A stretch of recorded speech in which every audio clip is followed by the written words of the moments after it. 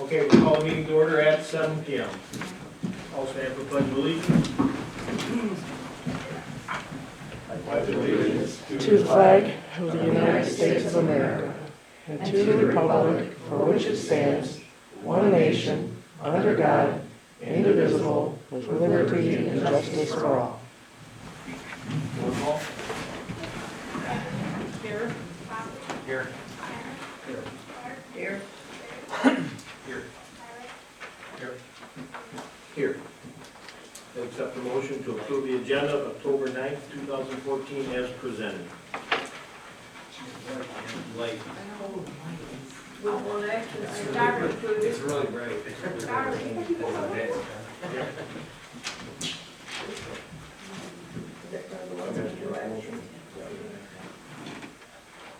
I make the motion to approve the agenda. Okay, I have some amendments to make to the agenda. Quite a few actually. Under new business, we need to add MML liability and property pool.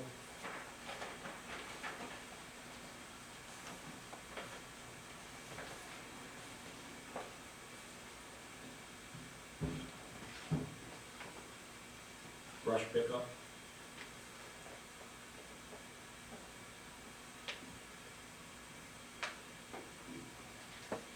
FOIA policy.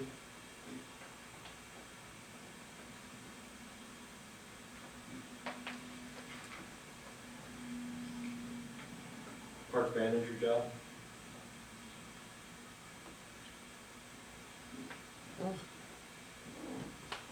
Oh, which well, Sam? One. Oh, well number 1.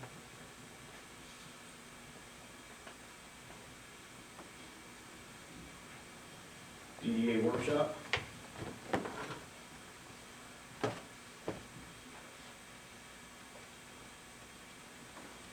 Skill path seminar. I'm running out of paper. Yeah. Turn it over. And payroll law seminar. That's what I'm looking for. And then under action items, we need to have budget resolutions. And we can strike approve the DDA budget amendment. Oh, okay. Yes. That's all I have. Any other changes? So then I would accept the motion to approve the agenda of October 9th, 2014 as amended. I'll make that motion. Support. Motion by Bodley, second by Clark. All in favor? Aye. Motion passed. Thank you. I accept the motion to approve the minutes of the September 11th, 2014 regular board meeting.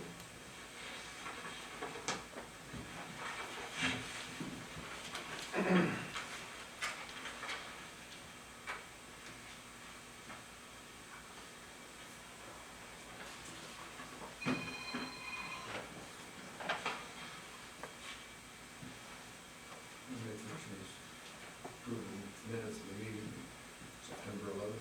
Motion by Chapman.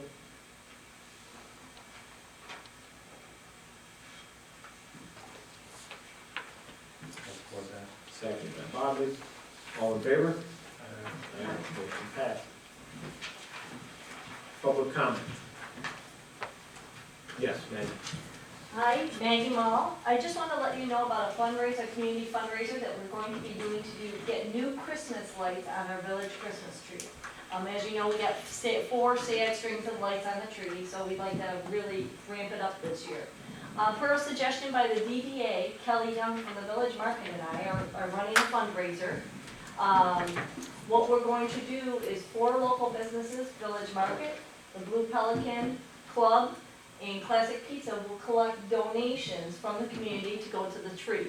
For every $1, it's approximately a foot of lights that they're buying that people donate. When they donate, they will get their name written on a little paper cutout ornament we have, and they'll hang it up, similar to what they do for St. Patrick's Day, for those types of fundraisers. So we'll have that in all those businesses. Classic Pizza and Club already gave me a donation from the business, and Village Market and Blue Pelican are going to match any donations they receive. Our goal is hopefully about $750 will be our goal so that we can get some trees. Ralph Hines has donated his equipment and time so that we can string the lights. Melissa Zelenak has donated advertising in the Central Lake News.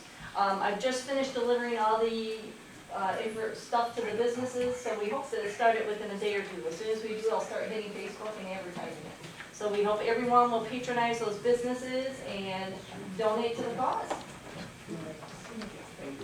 Thank you.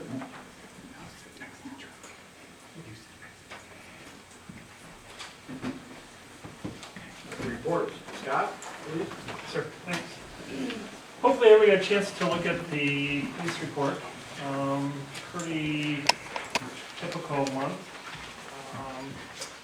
Couple things worked on under other business. Worked on the grant, which Bill will talk about a little bit later on. There's a lot of paperwork that had to be done before the first part of the grant for the new patrol car could be submitted, and you guys will get a chance to look at that, and if there's any questions before we actually do it or submit it, we can get it all taken care of at this point. Let's see. Oh, the last item on here was kind of an important issue. We've been working on the ordinances throughout the village. We sent out one set of about 60-some notices throughout the village. And after the first go-around, we gave them about, I think, almost like 3 weeks to come into compliance, or 2-3 weeks or something like that. And the first go-around, we got about a 78% compliance rate on the first phase, so which was pretty good. We sent out another 9 or so letters the other day, so we're total at about almost 70 notices through the village, and those are almost all taken care of, so we're getting really good response back. Not everybody's happy, I won't tell you that, but for the most part, things are getting taken care of. Those that need extra time, bigger issues, we're more than happy to give them some more extra time, and we're working with them. So our goal is to not have to write any citations, and we'll get it all taken care of that way. So, but even the people that are upset understand the reasoning why, and you know they're just trying to work the best they can with what they've got. So. Any questions? Yeah. Thanks, Scott. Great, thank you. Dan, DPW? Everybody should have a copy of DPW operations. Really nothing out of the ordinary. Number 11 on there is about the only funny thing you guys will kind of look at where it said we worked on the number 1 and the number 4 well to see if they were abandoned. Of course, we found out they've never been abandoned. And the number 1 well has to actually have a line shaft pump pull out of it 135 feet deep. So we're gonna have to get a contractor in to do that. That Ken put that actually on the agenda for me. And the number 4 well, I was always told was abandoned ever since I worked for the village. So we finally pulled the caps off, and we found out it's never been abandoned. So we budgeted. What I did last year is I asked about abandoning the 1 well. So we budgeted for that 1 well. So, and if we approve to pull this 1 well and get it abandoned, at the time they're here, I will have them give me a quote on plugging the number 4 well. Any questions? What do you expect that to cost? The number 4 well? Or which one, Bill? The first one, The big line shaft pump, I believe Ken's got a quote of $4,900. you're gonna come to. Yeah, he's gonna cover that under his report. A year ago, what I did, I had 3 bids sent to me, and they were just quotes, but at that time, I was told that well was only 65 feet deep. Well, lo and behold, we found out that well is 135 feet deep. So I had to get another bid, and what I did, I asked the lowest bid of the first 3 to give me another bid, and his bid only changed by $420, I think, something like that. When they abandoned the well, other than they pull the pump, and what else do they do? They will plug the hole, they will file the permit with the DEQ so that we do not contaminate any groundwater. That's the biggest reason for plugging the well. And by law, we're a municipality and we have to plug it. Thank you. Thank you. Wow, campground? Well, right now, I'm not doing a heck of a lot other than picking up leaves. Things pretty well settled down. We had 1 new one come in today. Present time, I got 4 on site. Going over some figures we tucked in on approximately $67,000 total this year. that is about $11,000-12,000 for next year's reservation. Other than that, I'm waiting to go home. Ready. Thank you. Tired of the rain, believe it or I not. imagine. We've got, I hear it's raining downstate too. not near as much, not near as much. Only got 3 inches at home. We got 8 inches here. Rachel? Village administrator? I've been doing a lot of updates to the village website. I added the village administrator job description and took off all the other job descriptions that were on there crooked and put them all in there so they're readable and printable, straight. The village code has been reformatted and it's online, and you can either get it in its entirety or you can look at it by chapter. Today we spent some time looking at the revenue and expenditures and found that we received an electronic fund transfer of $6,709.14 from the state budget office, and after contacting them, found out that it was a Metro Act payment that was supposed to go to the village of Rapid, so I issued them a check today. I attended a crowdfunding conference with Corey, attended the DDA meeting, and there are some workshops, educational training seminars that I'm looking forward to attending here next few months. DDA workshop, the federal law course, and management seminar. Any questions? Thank you, Rachel. Course, no, DDA report. I just found earlier, Corey can't make it, so I'll cover his report. Quickly here for him. The meeting was October 1st. They discussed the public hearing scheduled for October 23rd, encouraged the entire DDA to attend. Corey Hooksman and Chris Corbett will be answering the majority of the questions. Public comment time will be limited to 3 minutes. Michelle Fox did not seek reappointment, so there are currently 10 on the DDA. They talked about raising funds for the lights that Maggie discussed earlier. They worked towards some rules, some park rules for the open space and the property that all the bank has donated. They have not spent any of their budget on the downtown open space area next to between Patton Insurance and Mission Computers. Downtown flowers were discussed. They were supposed to have a budget amendment here that didn't get done, so they went a little over, not over what we thought, but over what they first time asked for flowers, so I'm sure that budget amendment will happen. They had the election of officers, and they kept the current officers. Chair is Corey Hooksma, vice chair is Tom Kenyon, secretary is Brian Reese, and the treasurer is Randy Weiss. They did some discussion on emails and how emails will be handled within the DDA, and they're going to set up DDA email addresses for the members. They discussed displays, scheduling, and performances in the downtown park. Chris Corbett is heading up the Halloween efforts, and they will be setting up a booking calendar, and the village clerk will take appointments for that space. They attended 2 crowdfunding training seminars. And the Main Street Steering Committee, co-chaired by Brooks and Zelenak, organized this month. So that is Corey's DDA report.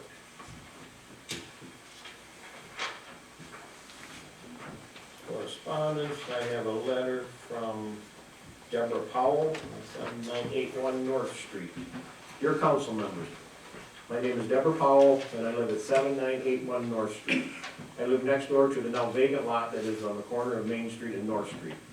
I contacted the bank a number of months ago, and they told me the paperwork was already in motion to donate the lot to the village. I would like to offer to buy the lot at a fair price, or ask the village if they would split the lot in half with me. If we split it in half from the north side, from the North Street side to the bank border, we both have a nice size area to work with, and the village would still own the Main Street frontage area. I'm sorry I could not be here in person, but I work the afternoon shift and I'm not able to get the night off of work. Please take this as a serious offer. The money could be used for the downtown project. Thank you for your consideration. So, if we want to talk about the under new business, that we don't have to deal with this month, we probably should discuss it a little bit. Add that into new We business. should, I think, at that point. So we're under J now? Yes, we're on J. First is the And the other one is just a little note from the Northwest Michigan Council of Governments that they will now be doing business as Networks Northwest. Website of networksnorthwest.org. That's all I have for correspondence.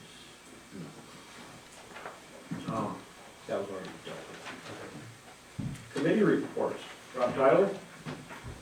Nothing new on sidewalks, nothing new on lights. The directional bores are done on Herrick, so we can start looking into paving, or at least getting bids for paving some of the most needed roads in the village.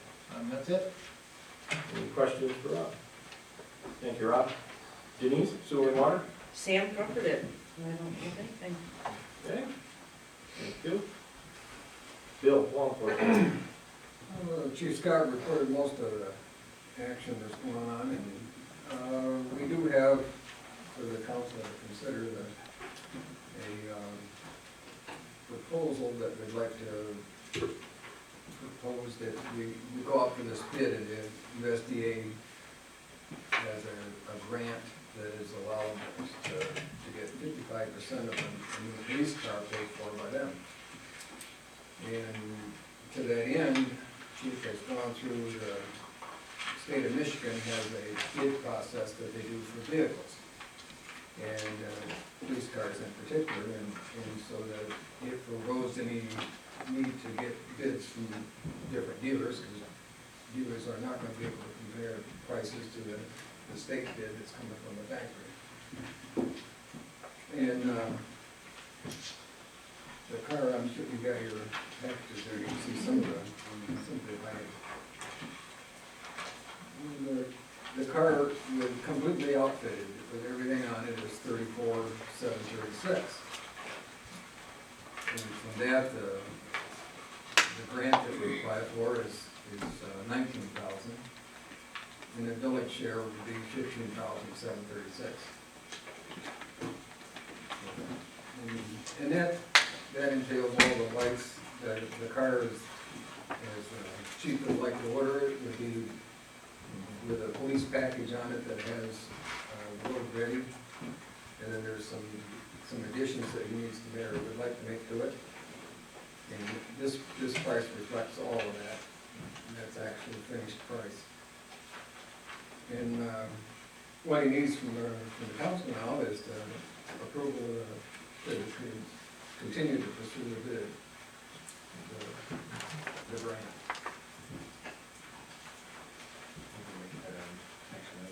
We're not spending any money. I think Scott just wants to know if the council is behind pursuing this, otherwise it's a waste of his time to go through the grant process. If we're not gonna consider purchasing the vehicle, there's no sense for him to spend more time at it. So I think he's just looking for is the council willing to consider purchasing a patrol vehicle? Yeah. Yeah.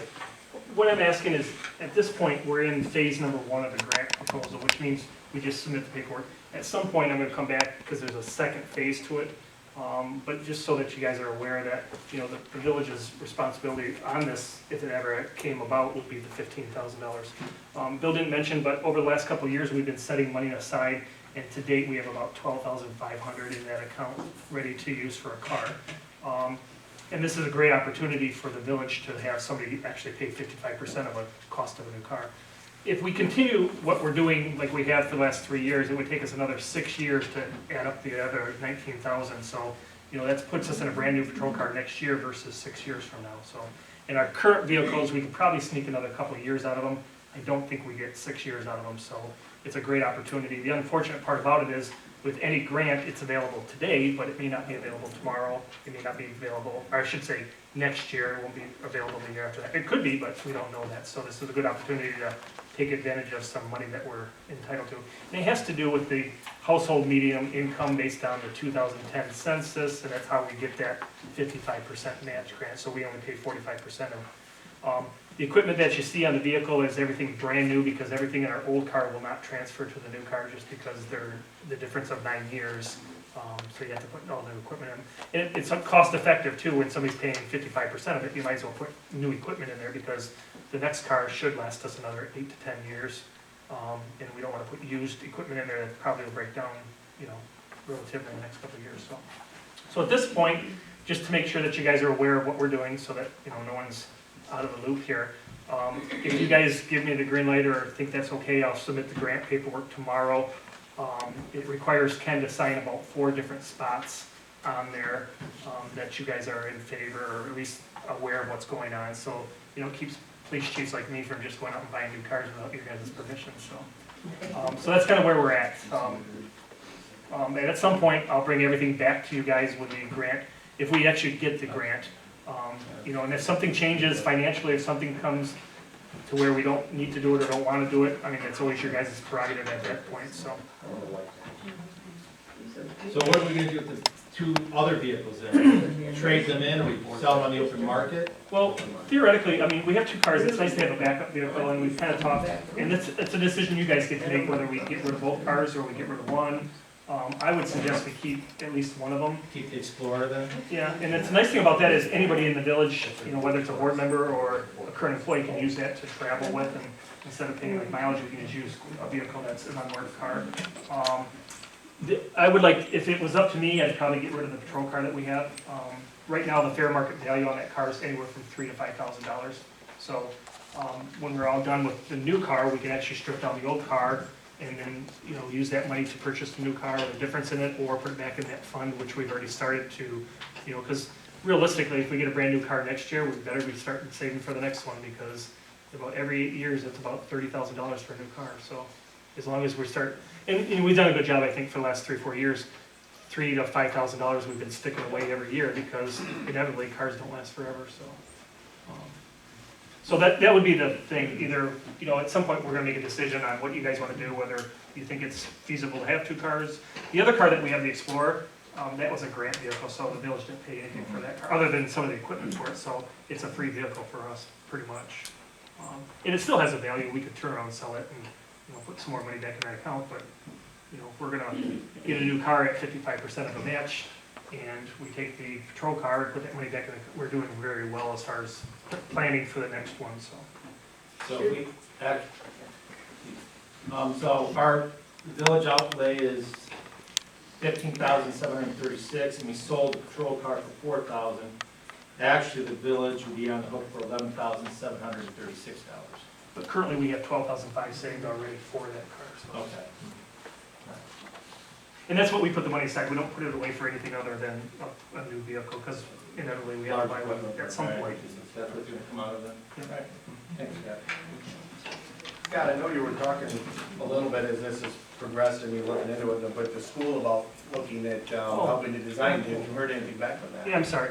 I gave you guys a picture of kind of what it would look unofficially without any design on it. I took blank copies of those vehicles to the school, and I offered them to do the design for the new car, and they were really excited about it. So I gave them about a month or so to play around with it.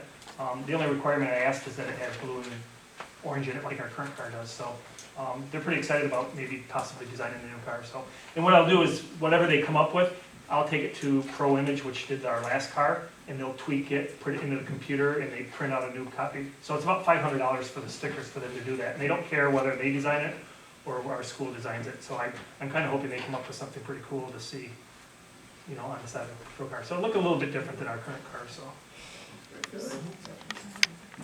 I think we're in agreement to proceed? Absolutely. Yeah. Thank you. Thank you, Scott. Rod, communication? Well, first off, I understand there's been a communication breakdown in some of the office hours. Our administrator is pretty busy, so sometimes she has to leave the office. I'll take responsibility for not getting that communicated. I'm at work too, so sometimes things happen, and Rachel might have to leave the office in a hurry. But we're all sorry that we've caused anybody inconvenience.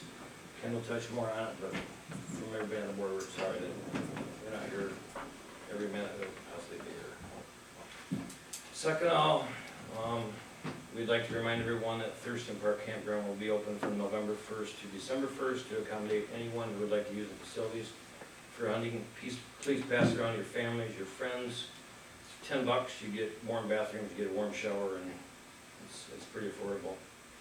And two, with winter just around the corner, to benefit Sam and his crew, we'd like any residents that has anything portable, whether it's a trash can, it's, people like to have their basketball hoops next to the road, whatever, please move it back 8 foot from the street so we can remove snow without damaging anything that's privately owned or personally owned. So other than that, that's all I have.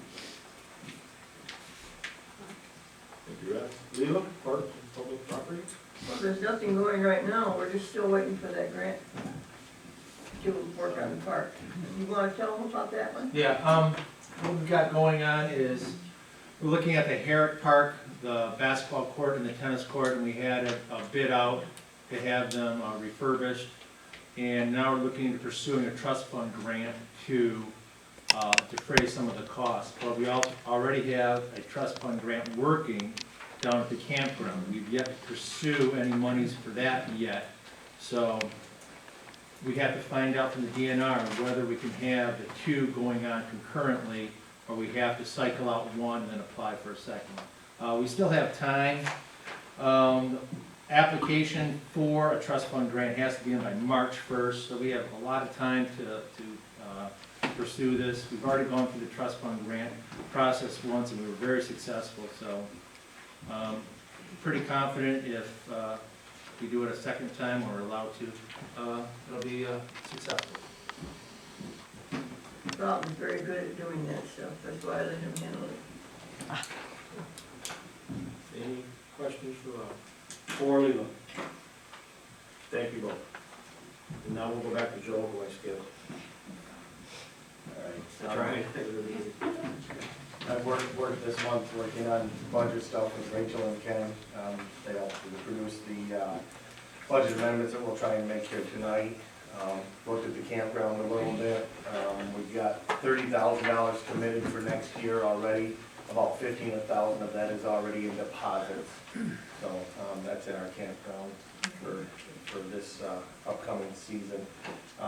After this previous month's township meeting, there was some discussion brought up of should we look at consolidating DPW services.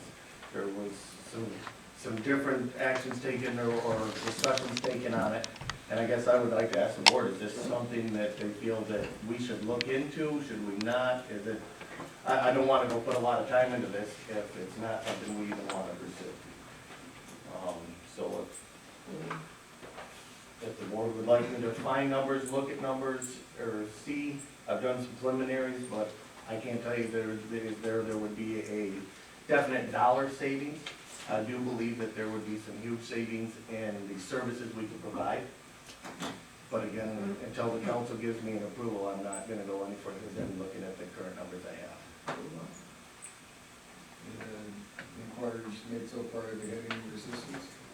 The only thing that I got just a budget from the township. They freely offered that one up. I did ask for a revenue and expenditure over the last 2 years, and they asked me to forward that material. I have not received it yet. Now, again, I did FOIA that in my name and not the Village of Central Lake, because I was doing this to just kind of get a preliminary to begin with. So if it was under the Village of Central Lake, I don't know if that would have any variable versus what. No problem. Pardon me? There would be no problem. I don't know. I know there was some resistance to begin with, but I couldn't tell you again as though there's a savings. I believe we could find somewhere in it, but I do believe that it's also be a huge work in progress to make this work. What about Sam? Sam, how do you feel about it? Does it help you? Unfortunately, I was the one on the township board that brought it up. Said that maybe it's time we start thinking about trying to combine some services. So, There's benefits to us also with, the state had an EBIT program, which I believe they've now done away with portions of it, but part of that was a cooperation and consolidation of services. Every year we had to fill out paperwork. What have we done to try to consolidate with our other municipalities? What have we accomplished? What kind of savings do we wish to see? But we've struggled with it every year. You try to say you're gonna do something, but did it work? And then the state wanted to know, well, what did we succeed at? And unfortunately, not a lot. So unfortunately, or nicely, they stopped that program now. But, you know, it's just something, if you guys want me to look in it more, you know, some things that I could say, I think that we could expand on the services. There's a lot of talk about recycling in Central Lake. I think there's great restructuring abilities in the township's waste receiving that you could open up 24-hour day, 7-day a week recycling. Brush drop-off is done the same thing. I think these are options that can be looked at, but until the different entities and everybody can sit down and truly work things together, I can't give an answer either way. Is it gonna cost anything for you to do this? For me to do it, To do it? just my time to do it. Fine. I think, It's only your time, Joe. yeah, but I think it'd be a good idea to look into it, I really do.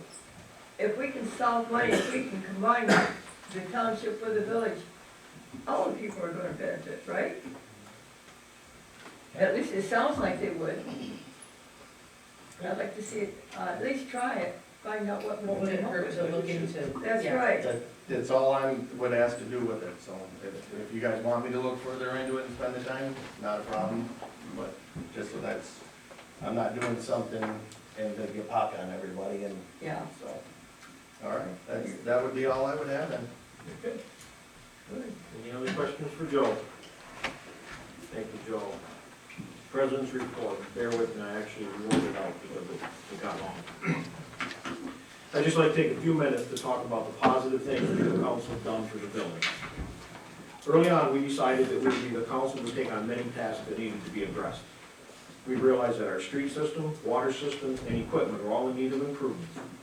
We also understood that we needed to address the issue of village government or lack thereof, and that we'd have to do a very in-depth study of the finances of the village. We would not just kick the can down the road or ignore our responsibility as elected officials. Over the last few years, we have accomplished many things, and I want to thank all of you on the council for staying focused on the tasks at hand. As a result of being positive and willing to put forth the time and effort, we were able to achieve the goals we worked towards. It's a lengthy list, but I feel the need to remind all of us what we, with the help and understanding of the community, have accomplished. We improved water service in many areas. We improved the streets, put a bike lane along Old State, and refurbished the bridge on Old State. We removed the unsafe sidewalks that have been left in a state of disrepair for many years and become a liability issue. With the help and understanding of the property owners in the area of Ballard and West Intermediate, we were able to improve the water runoff situation. We logged the village property with the advice of Antrim County Forester and used that money to erect a new ball field at Ron Donaldson Field. And then with donations in the form of banners from within the community, we were able also to cap the fence and erect a new backstop fence. That instilled enough enthusiasm that with the help of Ralph Hines and others, we were able to put a new PA system at no cost to the village. With the generous financial help from the Bel Air Rotary, we purchased a new slide for Thurston Park. We also purchased new benches for the park and moved the existing benches into the DDA district. We removed some very outdated playground equipment from on Donaldson Park and repaired and restored the remaining playground equipment there. On the north side of the ball field, the parking lot side, we are in the process of installing drain tile to prevent the flooding of that area every spring and every time it rains. So there will be no more walking through the water to enjoy the ball games. We have started to shore up the banks of the creek that flows through the camping park after obtaining a permit from the DEQ to do so. The railing at the west side of the park pavilion has been reconstructed. Numerous street signs that were showing signs of age have been replaced. We addressed ADA parking and proper marking of those spaces. We purchased new DPW trucks as the old ones were definitely in need of replacement, and we feel we will now have a very low cost of ownership and operate up-to-date equipment, giving visitors and residents alike a feeling of pride in the village's equipment. A new plow was also purchased for the DPW truck as the old one was worn out and in need of replacement. We purchased a new sander to replace the old worn out one. The roof on the DPW garage was reshingled. The street lights within the DDA district were replaced with LED lights, giving us a considerable savings on our energy uses, as well as eliminating the uplighting and putting more light on the sidewalks. We have implemented a policy to replace trees that are cut down and only cut down trees with the advice of the county forester. We dealt with the Affordable Care Act and how it affected us as a village, and were able to maintain great health care coverage for our employees at the best cost available. We addressed the issue of liability insurance for any and all events within the village.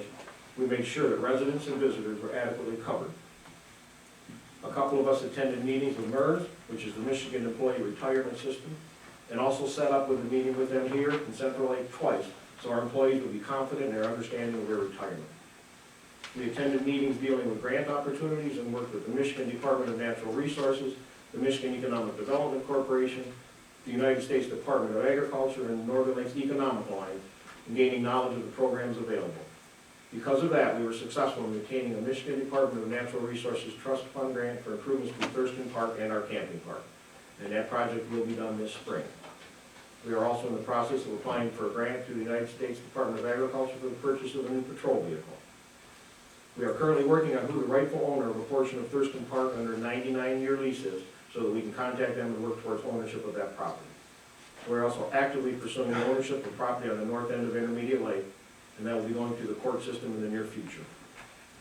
We purchased a tax foreclosed piece of property within the village and subsequently sold it with the condition that the blighted conditions be removed at no cost to the village. We have worked closely and actively with the formation of the DDA board and continue to help them in their endeavors to improve the DDA district. We have taken the time and effort to look over all our ordinances, policies, procedures, and bylaws, and updated them as we went through them. Because of that, we've now been able to enforce them and feel confident they will serve the purpose for which they were written. The nuisance, noxious weeds, inoperable motor vehicle, and unsafe structure ordinances have been the topic for many years in the village, and we have now addressed those issues. As you heard from Scott earlier, we're making good progress in those areas. Although we knew those issues would be controversial and cause some hard feelings, we grew to move forward. And as a result of doing that, the village is now cleaned up better than it ever was following a cleanup day and at no additional cost to taxpayers. Approximately 5 to 6 years ago, a letter was sent to all village residents asking them to address these same issues as the village was going to enforce their ordinance, but it wasn't followed through with. We followed through and are still in the process of doing that. We enacted a campground reservation system, which has proven to be a great success and gives our campers the ability to have peace of mind in knowing that they have their sites reserved. There's been a significant increase in revenue from the campground. We also removed the campground from the general fund and established a separate fund for the campground only, giving us a better way to track the revenues and expenditures. We installed Wi-Fi for the use of the campers and anyone in Thurston Park. We developed a website and a Facebook page to better keep the residents informed. In working closely with our accountants, we have made many changes to our budget and now have a much better understanding of exactly what it costs to operate as the village of Central Lake. By doing that, we were able to take a thorough look as to the money available for improvements to the village. That is how we've been able to give back to the community by the many improvements I've mentioned without raising anyone's taxes and without depleting the funds available for the operation of the village. We have developed a 20-year plan for the equipment fund, including the patrol vehicle, the street fund, and with the help of Michigan Rural Water, the water and sewer fund. In doing the water rate study, we were able to assure you that the money you pay for those services is used to provide you with those services. We will develop a 20-year sidewalk plan in the near future, as we know limited funds will be available for that. We haven't done that yet because we feel that is something that should be talked about and community input gathered. We realize that will be a lengthy process and raise many unanswered questions with any possible ways to proceed, but we are willing to devote the time and effort to accomplish that. We also decided it was time to address the issue of who watches over the operations of the village on a day-to-day basis. We had to be realistic in our expectations of trustees and the president and consider how to best move the village forward. You as trustees receive approximately $900 per year or $18 a week. And I as the president receive $2,100 a year or $42 a week. In no way did any of us do this for the money. We are basically volunteers, and I can attest to the fact that in order to do the job we were elected to do, it takes considerable time to gain the knowledge of how a municipality functions. While everyone over the years has accepted that responsibility, what has been lacking and acknowledged for years was a village administrator. You can't expect your village to be run by volunteers. No business would do that, and you have to stop expecting the village to. We've always had a combined clerk treasurer, and we all realized that we needed more, so we decided to increase the responsibilities to include an administrator. And along with that came a pay increase. We were able to do that, once again, without increasing anyone's taxes and without depleting funds or putting any other departments in a shortfall. We know that because we worked with them through the budget process and know they are very comfortable with their budgets and their fund balances into the future. Because of the fact that we now have an employee salary of 40 hours, under contract, who maintains 35 office hours, we were able to accomplish all the things that needed to be accomplished, along with bringing the village office up to date in many ways. We are now more digital, more organized, and more readily available to the public. Anyone who has spent any time with the village over the years will attest to the fact that this is a much-needed improvement and needed for the village to move forward and grow. And then I'd like to address the issue of office hours and closing that Rod touched on. Any change of hours or closings has been with my approval. I'm sure we all realize that hiring a deputy clerk would not be a viable solution to any issue of hours or closings unless that person was available all those hours, and it makes no sense to incur that expense. We discussed that at length previously. The council, along with the community, need to understand that we operate the office with one employee, and situations can and will occur that will require the office to be closed. I would hope that within our small, friendly community that would be easy to accept, but the actions of a few have reflected poorly on us as a community. I know of only one verified time that the office was closed during posted hours and that it affected someone. And while I understand the frustration that person felt, I feel we as a council need to remain focused on the improvements we have made to the office hours and accept the fact that we will never please everyone. The situation is no way a reflection of Rachel's ability to do her job or the professionalism she brings to it. With her help and the work of this council, we have accomplished many positive things with our community, and I know we will continue to. As for the comment made at the township meeting in September, that we have an employee that we pay for 40 hours of work per week and have never received those hours, all I can say is that all our employees fill out time cards and we keep them. I have her time sheets right here and they show otherwise. Do our employees punch time clocks? No. We have no reason not to trust them. The comment was not factual in any way. I'd also like to address a statement in the paper referring to village money being spent legally within our budget. I can assure you that no money has ever been spent illegally or not accounted for within our budget. If anyone doubts that, I encourage them to access the village audits that are available online through the State of Michigan Local Unit Audit Division. The village is audited every 2 years, and in those years it isn't audited, the auditors look over all our finances and make adjusting entries. The village budget is also available online. Not only our budget, but the entire line item worksheet we use to track our finances and develop our budget. Every council member is given a statement of revenue and expenditures monthly, or at least access to it. I apologize, some months they aren't out, but they are always published. So we watch over our expenditures closely.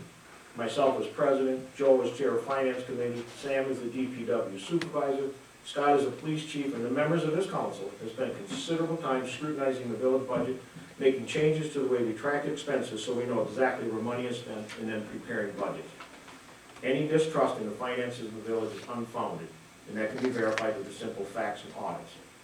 We have all given of ourselves and our time to serve as your council, and we've done that because we care about the future of Central Lake and want to be part of positive changes now and into the future.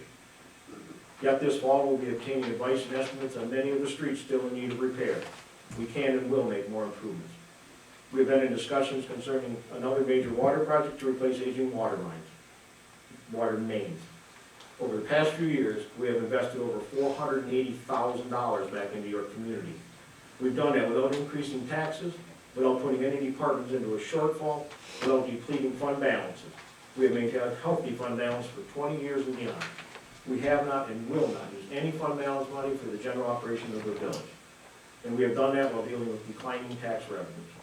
We gave back to you, the community, that has been paying taxes for many years. So I'm asking you, the council, to stay focused and not be distracted by those who only criticize and find fault. We have brought a lot of great changes to the village, and I know we'll continue to. And then I noticed there are more comments, and I think some comments made in public need to be addressed. The comment was made that because the village has an office at the township, it is not the township's responsibility to do their work. The township does not do the work of the village. That statement has no factual basis. A comment was made that much is done without notice and slipped under the rug. So many decisions are made without ever members knowing about it until the last minute or not knowing at all. Nothing has been done without notice or slipped under the rug. All council members are aware of decisions to be made, and it's their responsibility to come to the meetings educated on the choices we will make, and they do. We always have the option to not address the issues until next month. So I hope that clears up confusion on that. The other one was, what's more important, stopping speeding traffic or getting people to clean up their yards? Seems like safety seems a higher priority. Later it was stated, if we find all the speeders I see in a month, we probably have plenty of money to fund a village cleanup day. I can assure you that the village police department takes safety very serious, and it is and always has been a high priority for them. I can also assure you that they are very capable of addressing both ordinance violations and speeding traffic. This has been brought to our attention numerous times, and Scott has sat up and watched that section numerous times. There is not the problem with speeding that is being spoken of. As for writing enough tickets in a month to fund a cleanup day, I'm sure that was meant as a joke, so here's my response. The cost of that has been estimated to be upwards of $10,000.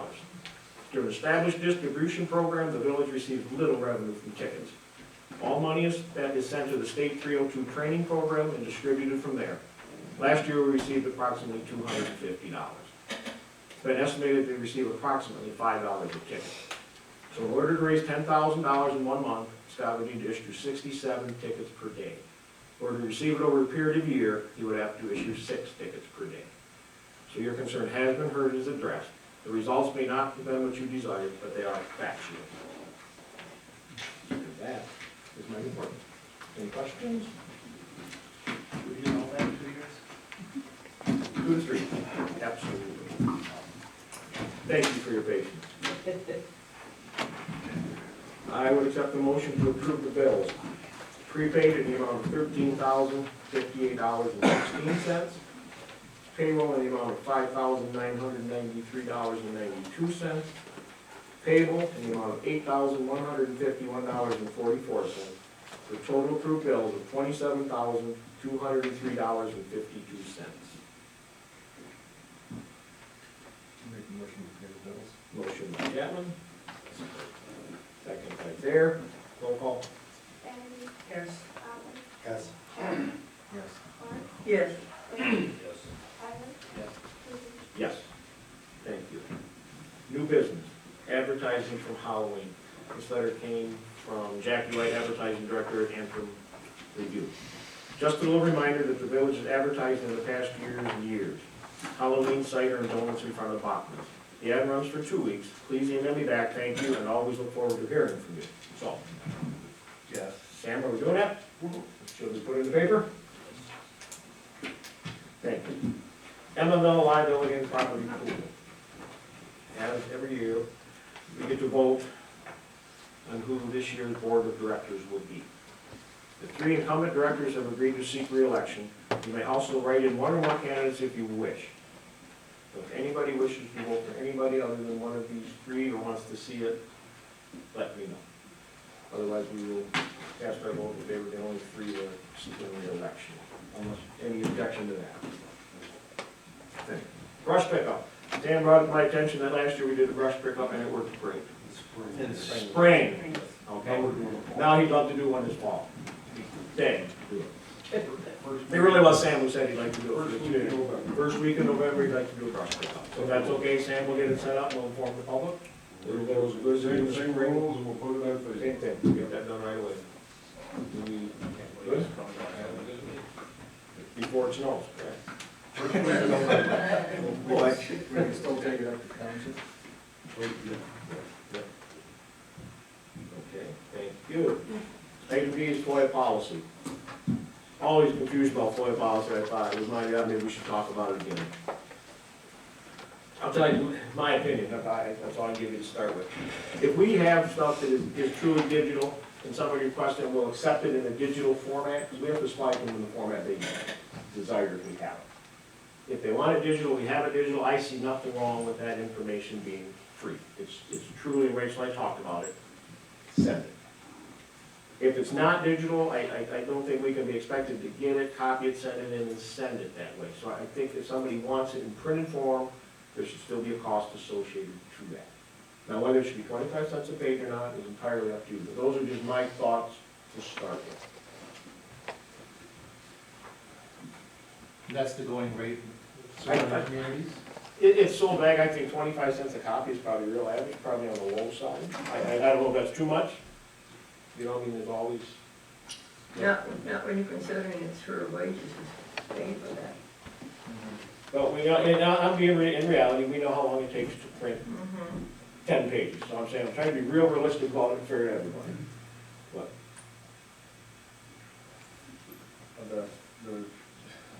Every place I went, the county building's $1 per copy. When I FOIA'd the paperwork from the township, their new FOIA policy and paperwork showing 25 cents per copy. For the township, it's 25 cents per copy. That's fair, I guess. it's a good one. Is any of them doing digital? Um, Or are they all doing paper copy? Everything I got, I had to have a paper, so it didn't matter. Actually, I haven't got anything from the township yet, so. I'm sure it will be printed copies. Is the county doing it? The county, I don't know what they do digital or not, because I needed actual hard print copies. So didn't even ask about it. I personally don't know why in today's world, if we have things digital and people want it, we don't. I agree. I mean, and we've gotten more digital, we're getting more digital, I mean, it's a way to, it's information they're allowed to have, I mean, that's just my point on Is there something we should actually set in the right date? it. I think we should don't have a decide a few one things right now, and we will write it out. That's what I hope we do. It's not written in stone, it can always change, time goes on, but Well, I agree with you that if we have it digitally and it can be sent with a click of a button, it should be. We have to know that we have a way, or that they accepted that, and so they can't come back and say, you never give it to me, you didn't send it. However, we have to do to ensure that, keep it in an email file or whatever. yeah, even where I think that's they agree to accept it digitally. If it's legal and if we have, Yeah, you know, if we have the right to do that, if we have a way to Verify. receipt that we did do. If we have it currently digital, I don't think we should be trying to go scan paperwork and making it digital, because that is time consuming. But, you know, I just, That's my opinion. I don't know if anybody else is doing it, if they're, you know, if they're samples in the file or. I'm sure there's a lot doing it, I know according to FOIA, it's legal, as long as we get them the information, and we can splice them in the format they request, they can't make us put it in the format we don't have. Then what do we, in printed copies, will be, and the cost of? I'm fine with keeping the 25 cents for printed copy. I don't think that's outrageous. I know, Pay for the paper, yeah, good enough. Okay, any other thoughts? What about free? Digital for free. printed material.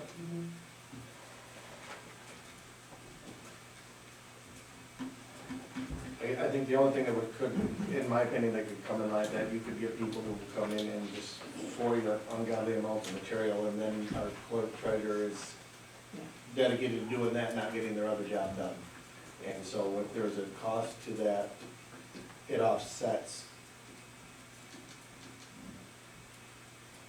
Well, nobody's gonna grub over paying a quarter for a sheet of paper. You better not. I'll run you right back at it. We don't listen to the FOIA policy officer. All right.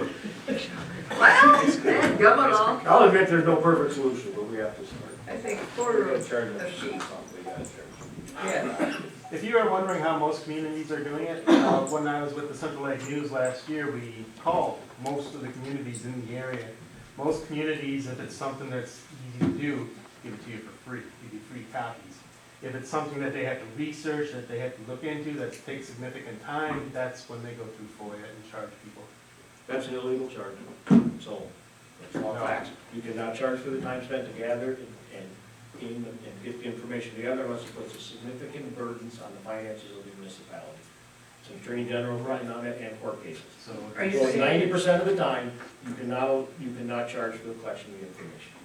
No, are you saying that's when they charge for the copies of, That's- is that like, yes, well, you can also charge for time spent doing it. You go by the office hours of the person who, Well, I think we'll go on because that statement is not true according to the Attorney General and court cases. So we've done our homework up here as a council. So, 25 cents a page? I think that's fine, let's just go with the Leave it 25 right cents. there. That's my opinion anyways. If we have it digital, readily available, give it for free. If it has to be in a printed form, 25 cents a page. Okay. That's my opinion. I agree. Thank you. An easier one. Anybody want Lyle back next year? Absolutely. Okay, so all in agreement, all allow the job back in? Well, thank you very much for the great season. Nice job, Bob. Thank you. Do we need to make a motion for that, or just say come on that? Last year we didn't vote it. I'll make a motion. Motion by Lela Second. to offer park manager job next year, second by Batterbee, all in favor? Aye. Now, have you accepted? One more year of us? Thank you. Thank you,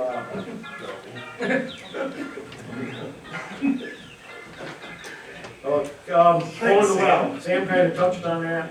This came up all of a sudden, I can tell you, have in front of me, from Northern Pump and Well, estimate of $4,940.35.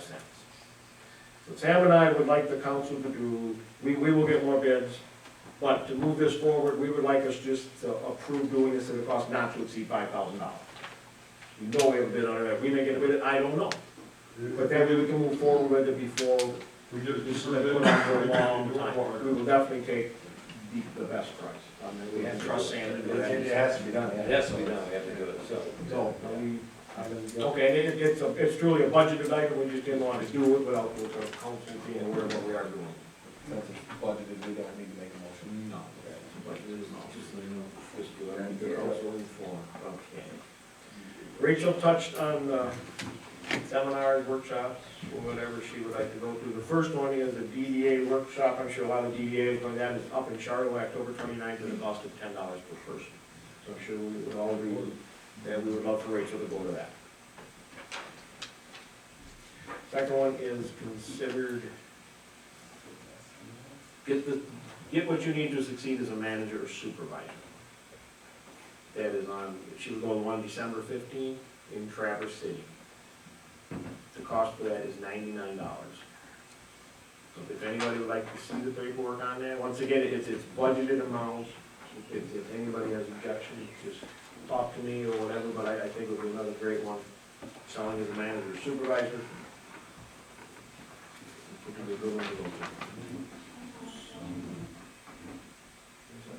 to. This one is in Traverse City.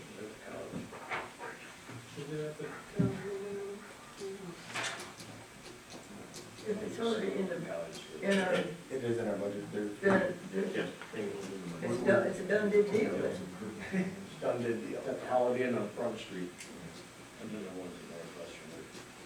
So it could be put on through Northwestern, so I think that would be a good one. That was a good one. I think that's a good deal, okay. Third one is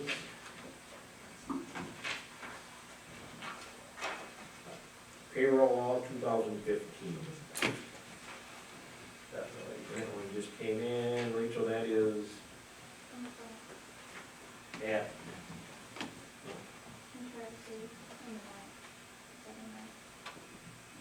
Traverse City, December 9th. Cost for that is $199. It's important we keep up to date on payroll. Financial payroll, and that all straight. You have a few happy people over on this side of the world. Sounds willing to fund it. Well. Okay, so Rachel will set that up, we're all in agreement? Yep. Thank you very much. The next one is the letter from the bank lot. This is, Before we move forward with that one, can we make sure that these workshops and skills they get posted right away, and the office will be closed if they're on Mondays? All right.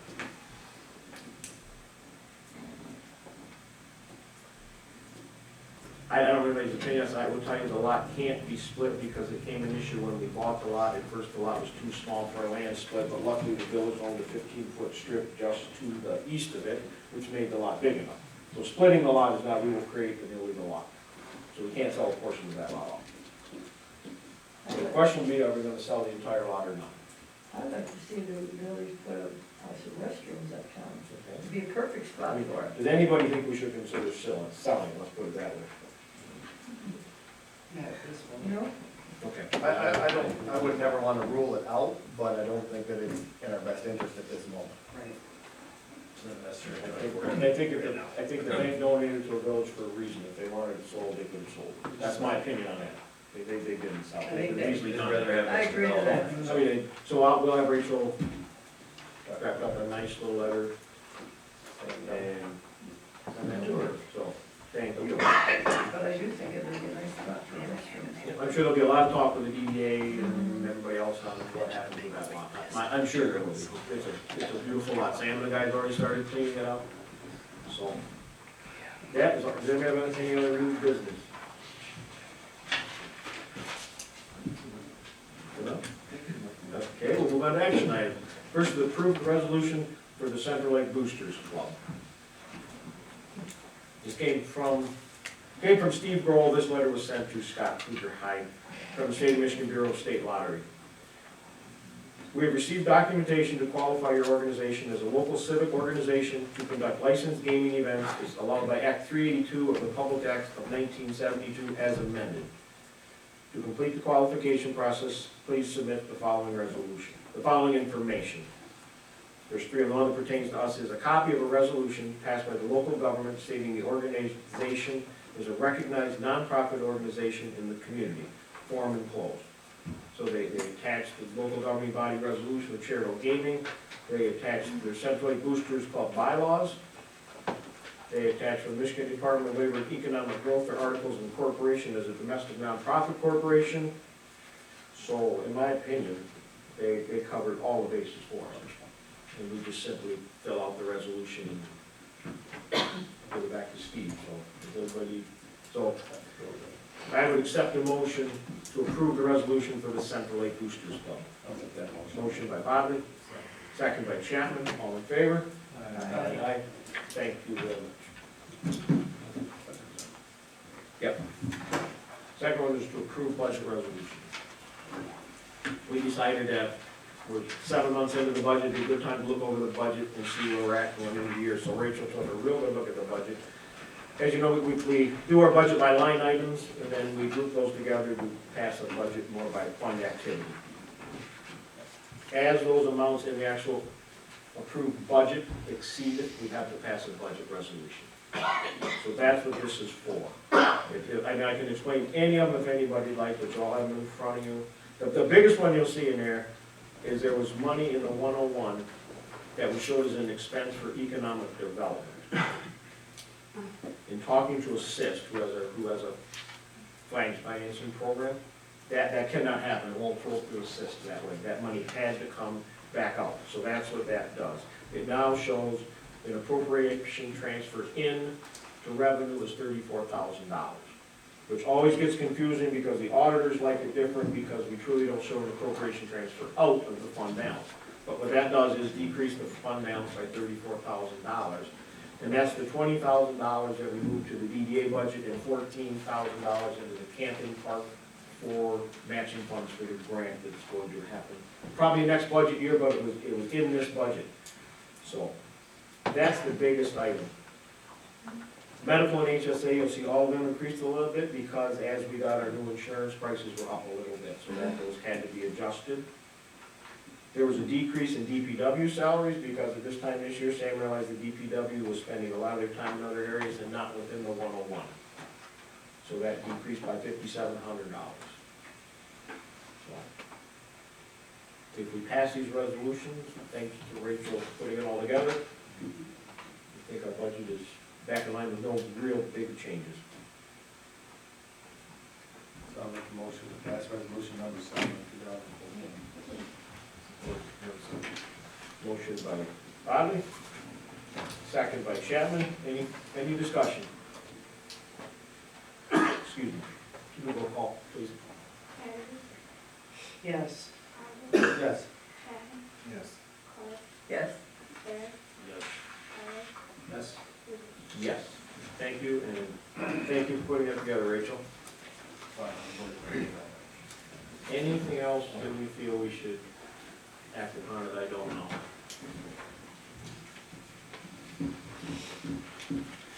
Old business, the DDA public hearing. I think I discussed that in their report. The public hearing will be, somebody help me on the date. 23rd. October 23rd at 7 p.m. So anybody interested, please attend. The village has to hold, it's kind of a funny deal, the village has to hold the public hearing. It has to be done by us. But we truly won't have the answers because it's all been done through the DDA. So 2 members of the DDA will be here, hopefully the rest, but 2 of them will be here to answer any and all questions about their development plan and their TIF plan, so. That is all I have under old business. Any public comment? Sam? I just wanna thank, I have 4 board members that have seats that are up for election. If I see you back, great. If I don't see you, I wanna thank you for what you did. It's been wonderful. Thank you, Sam. Thank you. Thank you.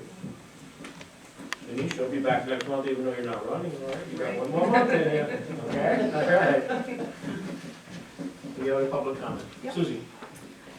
I would like to speak tonight to the whole board. My husband and I have been taxpayers in this community for 38 years. We have paid our taxes, we own 2 homes. We are not homesteaded on either one, so we do pay extra fees on our taxes. Successful people build each other up. They motivate, they inspire, and they push each other. We want everyone to succeed. The reason I'm here speaking tonight is how I have been treated as a taxpayer of this community unprofessionally by the president of the council. I've been attacked, I've received emails, I've received texts, and enough of this has gone on. Property owners in this community, we have the right to know what's happening, and we have the right to speak our piece. Ken says he never attacks anyone. He just states the facts. I personally have been attacked. Not once, but I have 3 messages on my phone. His continuous outburst does nothing for this village.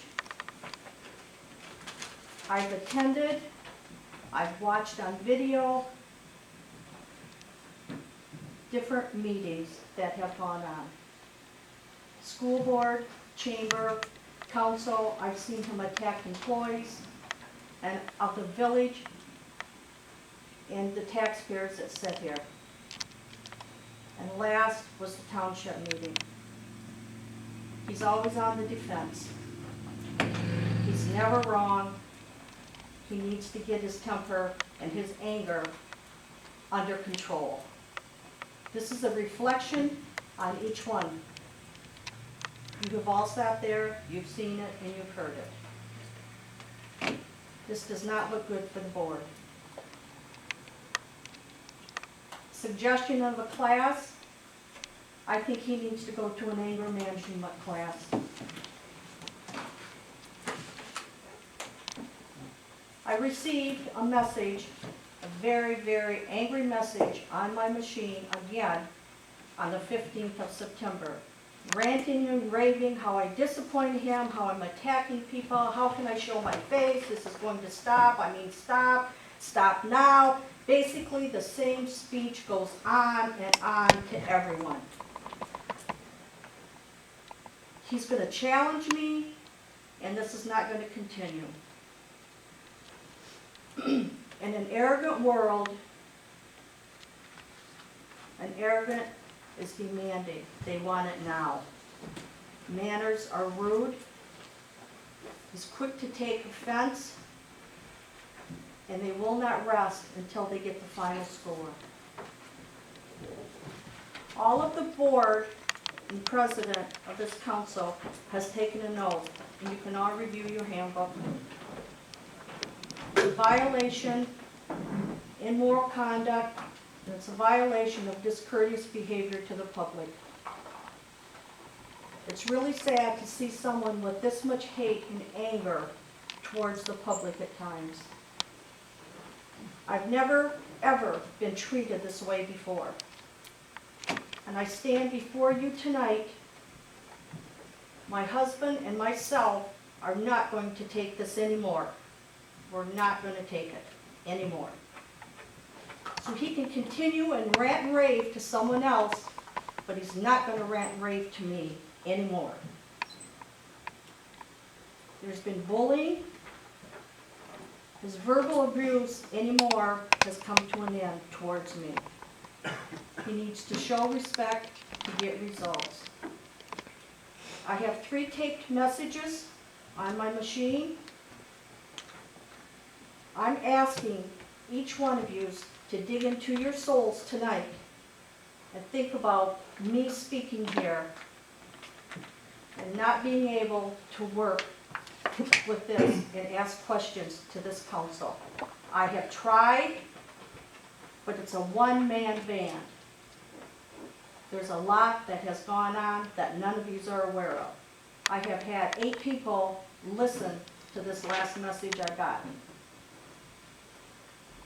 So, my final spiel to this is each one of you need to reach deep into your souls and think about what has gone on, not just to me, but to others. And I feel at this point, you all should have asked for his resignation earlier. Thank you. Any other public comment? Yep, I have a little note. Mine is about FOIA, and I've written it down and I'll turn it in for public letter. It's good evening, everyone. I'd like to thank you for your consideration tonight. As you probably know, I put together the paper here in Central Lake. I oversee a website that gets thousands of hits, and I administrate a Facebook group with over 900 Central Lake residents, visitors, and alumni members. Through my efforts at the Central Lake News, I'm in communication with many people and businesses in Central Lake on a daily basis, in person, on the phone, and online. I take this constant communication and my personal dedication to the CL News very seriously. I have many roles in the community that keep me in touch with people, but I'm not here tonight to talk as a CL News person. I'm here to talk to you as a planning commissioner and a DDA board member who is trying to get simple, basic information from the village of Central Lake. On September 18th, I sent an email to the village administrator reading as follows. Can I please have a copy of the village code, please? I have some elderly folks who have some questions and I want to be able to refer them to it. I can pick it up next week or anytime it's right. 7 days later, on September 25th, I received this reply from the village administrator as follows. I'm exercising my right for a 10-day extension. Your FOIA will be ready October 2nd. I was pretty stunned by that response, and the same day replied that it was not an official FOIA request. This ordeal made me wonder if other governments did this. I talked to our county commissioner, Eugene Dawson, and asked him if in his entire career as a commissioner, if he has ever had to fill out a FOIA request to get information about or from the commission he serves on. He said never. I talked to the editor of another newspaper, and they asked if they had ever heard of any Antrim County elected or appointed official having to FOIA documents from their own governmental organizations. The answer was no. The response I received from the village administrator on September 25th is as follows. Since this is not a FOIA request, proper procedure would be for you to go through the Planning Commission chairman. Any further correspondence in reference to the Planning Commission should go through the Planning Commission. I received the same one regarding a DDA request. As directed by the village administrator, I contacted the Planning Commission chairperson and also the DDA secretary, who had originally requested a copy of the budget, expenditure, and supporting minutes back in September. But this time when I sent my email, I sent it as an official FOIA request to the Planning Commission chair and then the DDA secretary on Thursday, October 2nd. As the previous night at the DDA meeting, the board was instructed by the village president and group chairman that we needed to do FOIA requests for information now. Does Bill Chapman FOIA information do his public safety report from the police chief? Does Sam Mullins FOIA information to do his departmental report? Has the Planning Commission been informed in writing that they need to FOIA whatever information they need from the village too, like Vicky or whomever else is on the board? Are you all currently filling out FOIA request forms to get a copy of information from the village who you serve and volunteer for as I do? I'm highly concerned because what should have been a simple 2-minute job, print a document so I can come pick it up, has grown into a multiple-week communication fiasco. According to the state of Michigan, FOIA requests are to be responded to within 5 business days after receiving a request. The DDA secretary sent me an email on October 3rd saying it would take a couple of days to get around to it as they were away for the weekend. I've had no response from the Planning Commission chair. These arms of the Village Council are in jeopardy of violation of the FOIA Act. Tomorrow is 5 days. Why did this have to happen? I really just wanted some copies. Is that a difficult thing? Someone asked me why I was wasting the clerk's valuable time in making a FOIA request. I didn't respond to that email at the time because I found it ignorant, but ultimately it motivated me to submit this letter for public record today. Our tax dollars pay the wages of village staff for their wages and the supplies they need. The taxes on the house I live in would pay for about 16,000 copies per year. It is never a waste of time to get people information. Never. I want the requested information from the village so I can share it directly with people. Many elderly folks here in Central Lake aren't even on the internet. So tell me, if we're not getting info to them to help them understand what's going on in the village, who is? Have you all taken the time to share information with people? I trust you have. I do not appreciate my rights to gain requested information being jeopardized. I do not appreciate the delay and drama this has caused, and I do not appreciate being misinterpreted. What you see in this letter are facts, backed up by written emails to and from village entities and myself. All of this can be FOIA'd if the general public chose to, but because I'm either sending or the receiving party, I don't need to worry about a FOIA request. Through my work and access to the Michigan Press Association attorney, I learned that I could give a copy of emails I've sent or received to whomever I want. But I want to play fair here and abide by the rules. I would like to see the policy the council adopted as a whole that now requires you, me, the audience here, and whoever else in the world needs information to do an official FOIA request, to get it. I really need those copies too so I can help some villagers understand the law and how their money is spent. Thank you for your consideration. I think we better sum it up right now, because there were some accusations made. Rachel, what FOIA request did we receive? From Missy, what FOIA request did we receive?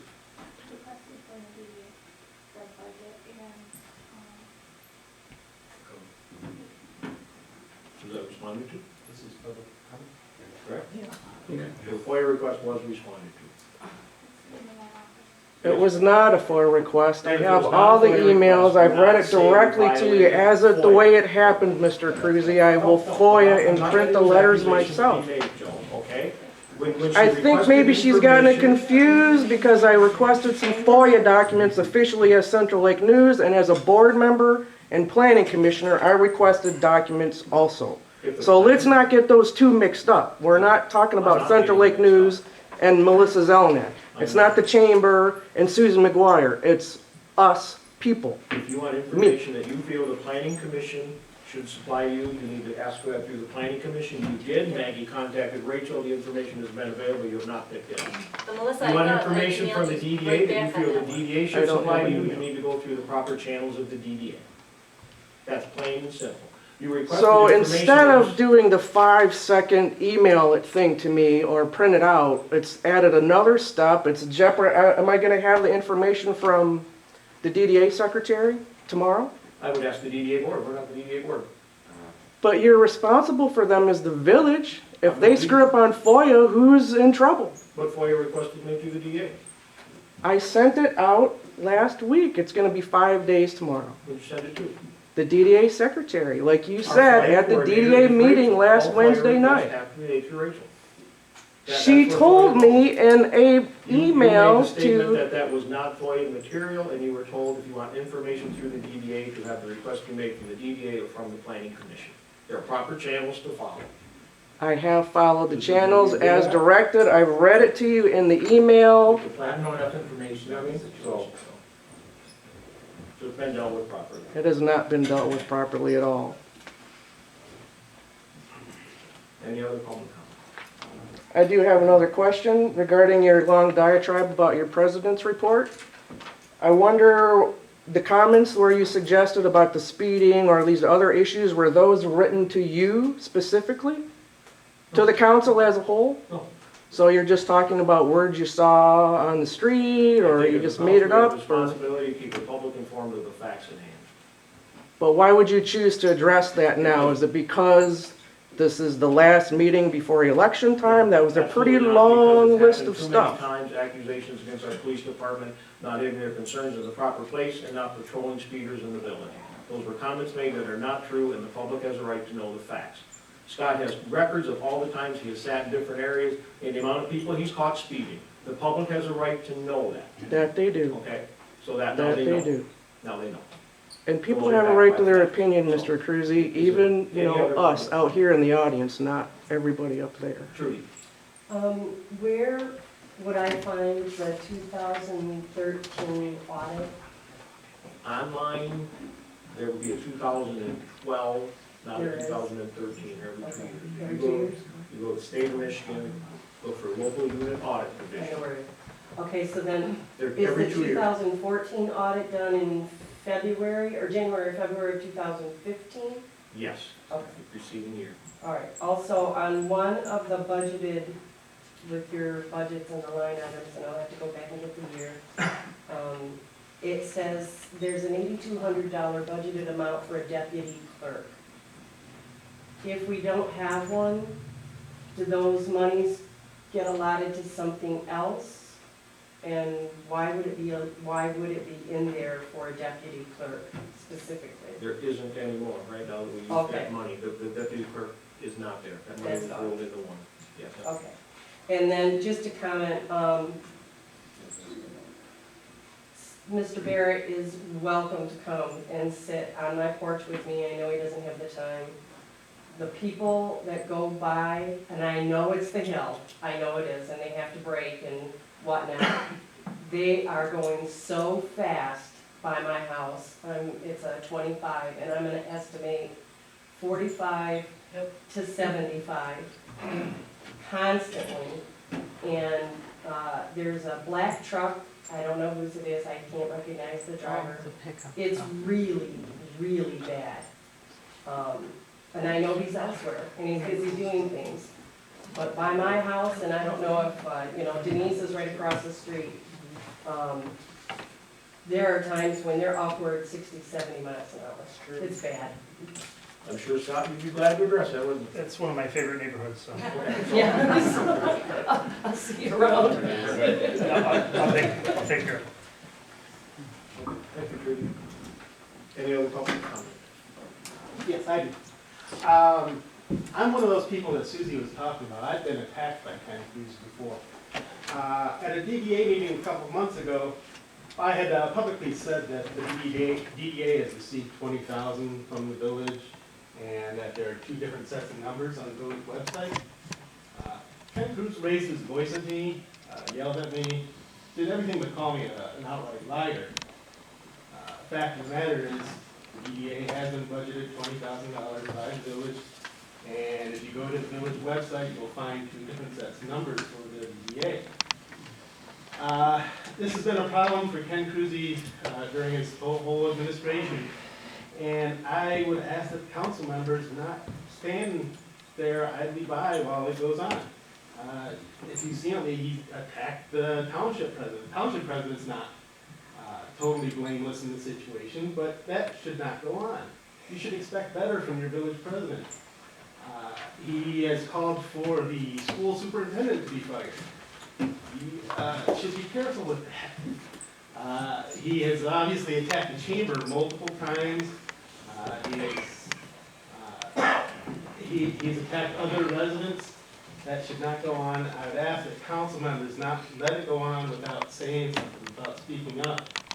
And I hope in a couple of months, when we have a new president, that the members of the council do stand up and speak out if they feel he is not doing what he should be doing. As I said, we'll stick with the facts, and I'll make a This is fact. public comment. Joe, has the DDA been budgeted $20,000? No, that is not a fact that has been discussed many times. If somebody refuses to accept the facts, I apologize, but I can't fix it. I The have DDA a has picture budget. from the It's been- website today where it says DDA has a budget that has been $20,000. Presented. The DDA has never been allocated $20,000 by this village. It's backed up by the facts. So I think we can move on to that one. About $8,500 is the DDA budget. So, That's what they've been approved for, right? yes, At 8,000? yes. But at one time or another, 20,000 was approved for their usage, but they had to come up each time they wanted money to get approval, right? 20,000? But 20,000 was set aside, 20,000 is set aside into a DDA so it's fund. semantics. No, it's not semantics. They have to come in with a budget. No, it is not. Yes, it is.